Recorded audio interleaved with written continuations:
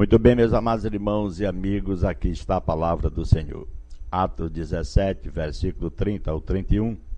Mas Deus, não levando em conta os tempos da ignorância, manda agora que todos os homens em todo lugar se arrependam, porquanto determinou um dia em que, com justiça, há de julgar o mundo, por meio do varão que para isso ordenou, e disso tem dado certeza a todos, ressuscitando dentre os mortos. Então, meus amados irmãos e amigos, a certeza de que nós só subiremos aos céus depois do arrependimento. A salvação ela é gratuita, conforme o que está escrito na palavra do Senhor. Pela graça sois salvos mediante a fé. Isso não vem de vós, é dom de Deus. Efésios capítulo 2, versículo 8 e versículo 9. Uma coisa é certa, que nós temos que ter entendimento de que a salvação só vem até nós mediante o nosso comportamento, o que nós determinamos em nossas vidas. Se nós nos arrependemos, se nós confessamos a Cristo, porque quando nós nos arrependemos de nossos pecados, a primeira coisa que nós temos que fazer é confessar o nome de Jesus para perdão dos mesmos. Porque nós sabemos que ninguém pode se arrepender e ficar distante do reino de Deus, pois esse arrependimento é conforme o que está escrito, é a fé em Jesus que nós recebemos, chamado de dom de Deus. E a palavra de Deus nos diz: eu vos digo, antes, se não vos arrependerdes, todos de igual modo perecereis.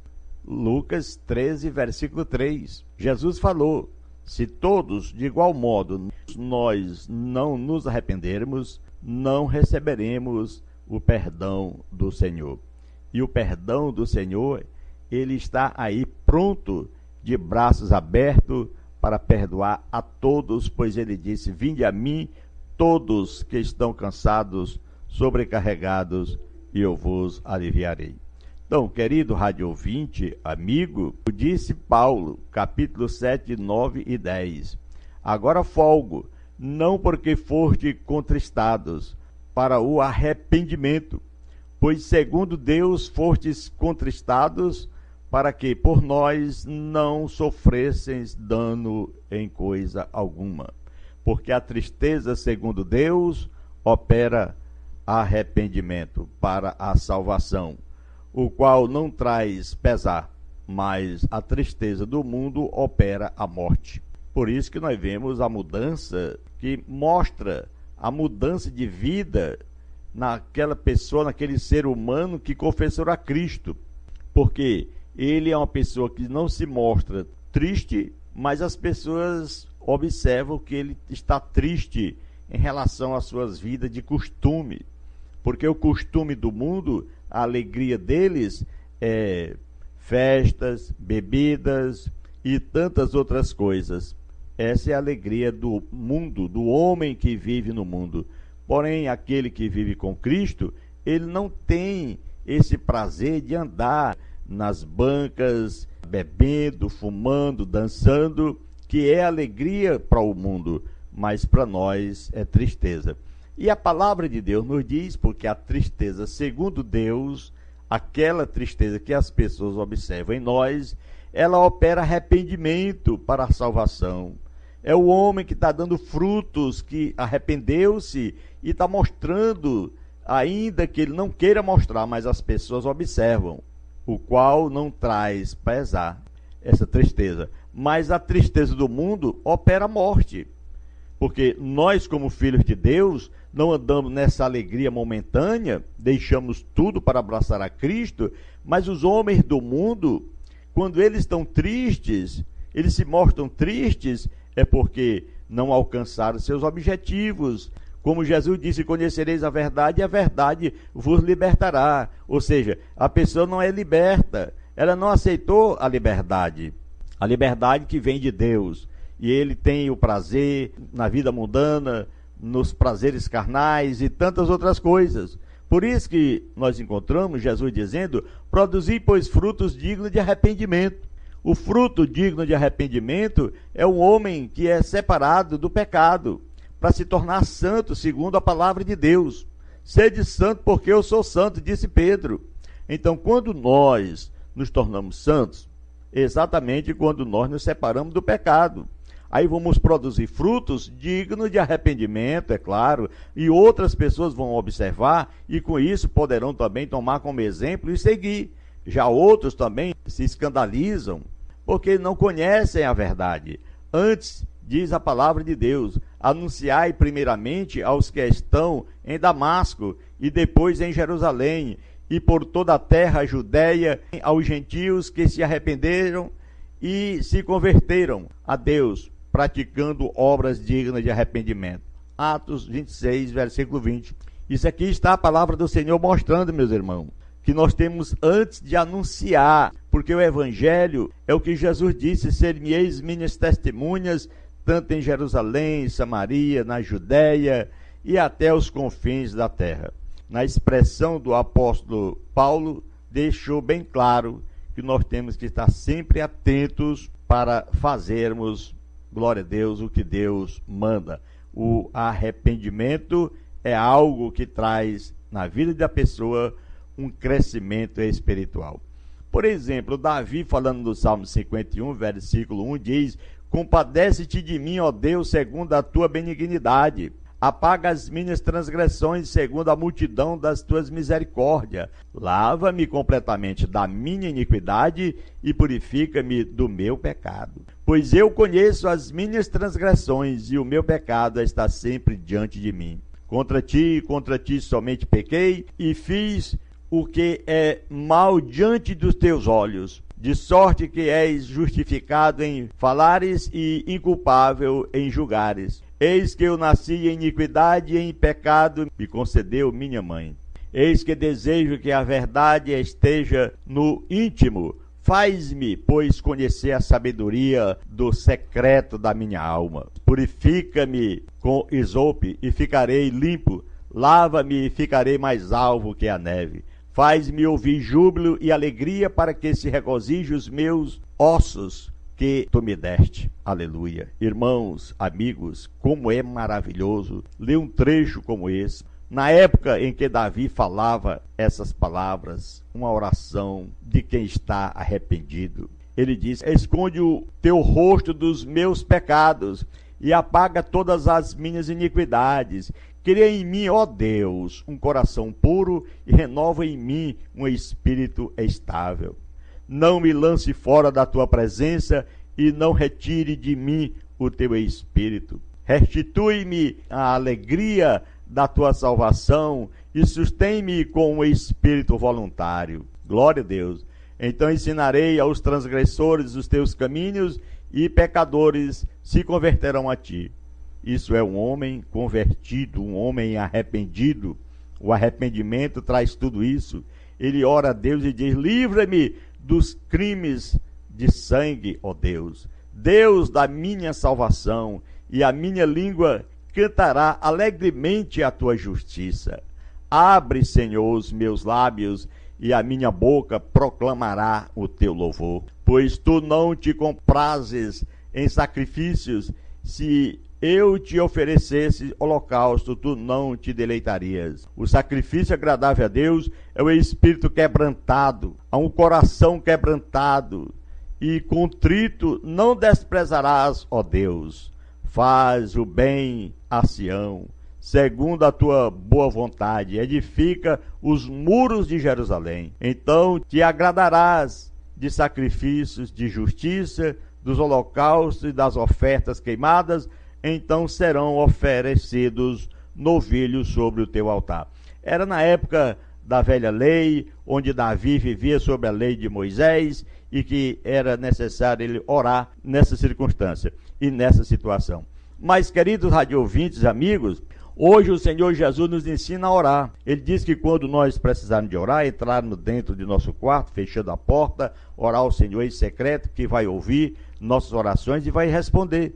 ele vai nos galardoar. Marcos capítulo 9, versículo 13 diz: digo-vos, porém, que Elias já veio e fizeram-lhe tudo quanto que quisessem, como dele está escrito. O nosso Cristo veio trazendo essa palavra ao ponto do apóstolo escrever, como diz: mas Deus, não levando em conta os tempos da ignorância, manda agora que todos os homens em todos os lugares se arrependam. Aleluia. Porquanto determinou um dia em que com justiça há de julgar o mundo por meio do varão que para isso ordenou, e disso tem dado certeza a todos, ressuscitando dentre os mortos. Somos pregadores da palavra de Deus, temos o direito de pregar, temos o direito de anunciar, porque é dado o direito pela palavra de Deus e pela nossa Constituição, a Constituição da República Federativa do Brasil de 1988. Nós encontramos dos direitos e garantias fundamentais.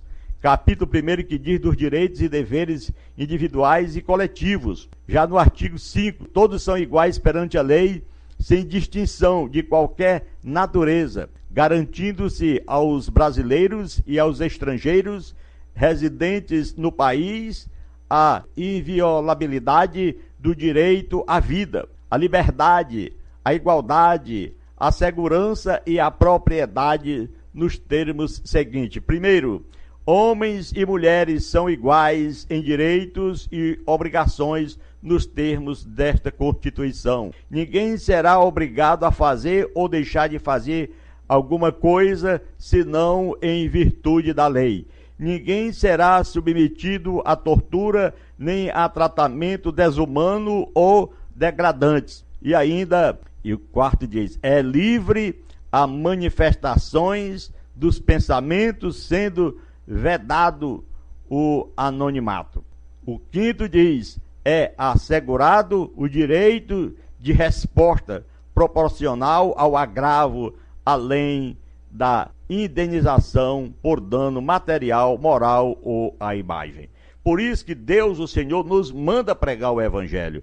Às vezes, nós ficamos calados quando nós somos subjugados, maltratados, como já aconteceu há alguns anos passados, que fomos, como pregador do Evangelho, mandando a palavra de Deus, como Deus manda a gente pregar aos corações daqueles que ouvem, através de um rádio. Fomos maltratados, paguei 2 anos de justiça respondendo, sem ter cometido dano nenhum.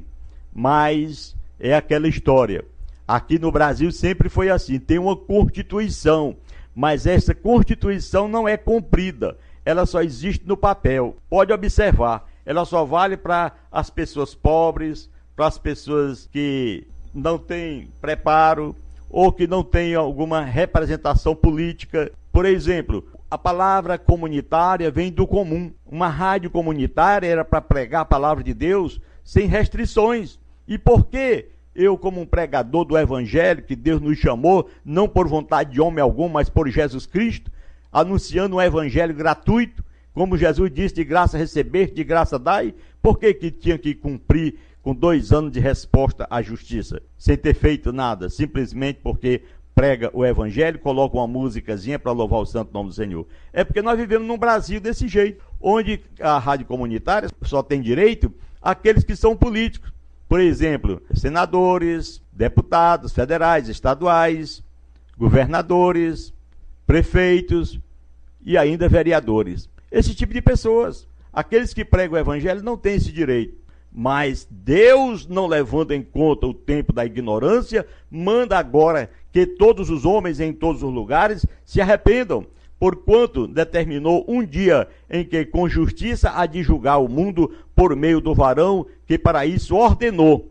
E disso tem dado certeza a todos, ressuscitando dentre os mortos. Em breve, Jesus Cristo vem buscar a sua igreja e nós vamos subir. Glória a Deus, aqueles que estão prejudicando, aqueles que estão procurando não cumprir com a palavra de Deus, nem com a Constituição, com certeza eles vão para o inferno, não tem conversa. Por isso é que nós estamos aqui, chamando a atenção de nossos irmãos, nossos rádio-ouvintes, nossos amigos. Nós temos o direito de pregar. Você é um pregador, você que anuncia Jesus, faça isso. Continue anunciando que Jesus, ele salva, ele cura, ele batiza no Espírito Santo. Continue levando essa palavra às pessoas com a segurança da Bíblia e de nossa Constituição, de nosso Brasil. Enquanto não mudar a Constituição, todos são iguais perante a lei, sem distinção de qualquer natureza, garantindo-se aos brasileiros e os estrangeiros residentes no país inviolabilidade do direito à vida, à liberdade, à igualdade, à segurança e à propriedade nos termos que nós observamos. Homens e mulheres, ninguém será obrigado a fazer ou deixar de fazer nada em virtude da lei. Ninguém será submetido à tortura e a tratamento desumano ou degradante. É livre a manifestação do pensamento, por isso que nós pregamos contra dízimo, pregamos contra ladrões que tem por aí, porque estão pregando a palavra de Deus de uma forma, metendo a mão no bolso das pessoas. É triste, lamentável. Quando se fala disso aqui, para discutir Bíblia, privar ela de falar alguma coisa, mas quando se fala a verdade, como Jesus disse, conhecereis a verdade e a verdade vos libertará, quem pode impedir? Operando Deus, quem impedirá? Então nós pregamos aqui a verdade, anunciamos a verdade e não temos medo de falar a verdade, porque a verdade é Jesus Cristo. Mesmo ele disse, eu sou o caminho, a verdade e a vida, e ninguém vem ao Pai senão por mim.